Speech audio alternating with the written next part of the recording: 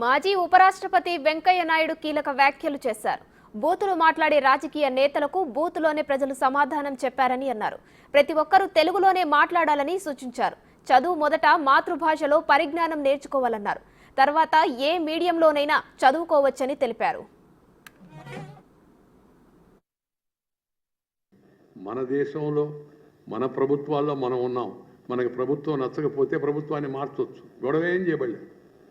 ప్రశాంతంగా బూత్లోకి వెళ్ళి బటన్ నొక్కితే ప్రభుత్వం పోద్ది. ఏం గొడవ చేయబడలే, ఎవరిని ఏమనబడలే. ఉదాహరణలు ఉన్నాయి కదా, నేను ఈ ప్రభుత్వాన్ని గురించి ఆ ప్రభుత్వాన్ని గురించి చెప్పడంలా. ఏ ప్రభుత్వాన్ని అయినా సరే బూతులు మాడేవాళ్ళు ఏం చేయాలని ఒక ఆమె అడిగింది నన్ను. మీ చేతిలో ఉందమ్మా అన్న. నా చేతిలో ఏముంది సార్, మేము వాళ్ళ జోలికి పోతే అమ్మో ప్రాణం తీస్తారని. ఏం లేదు, బూతులు మాడేవాళ్ళకి బూతులోనే సమాధానం చెప్పమ్మా అన్న. అంక ముందుకు అర్థం కాల, నన్ను కూడా బూతు మాడమంటారని. కాదమ్మా, ఆ బూత్ ఉంది కదా, లోపలికి వెళ్ళి నొక్కు, అయిపోద్ది, ఫినిష్. ఏ ప్రభుత్వాన్ని గురించి అయినా బూతులు మాట్లాడడం ఎవరో చేసేవాళ్ళు వాళ్ళ గురించి, అది వాళ్ళకి అనుభవిస్తుంది, అది వాళ్ళకి తెలుసు కూడా ఎవరి గురించి చెప్పారు ఈ విషయం అని చెప్పారని.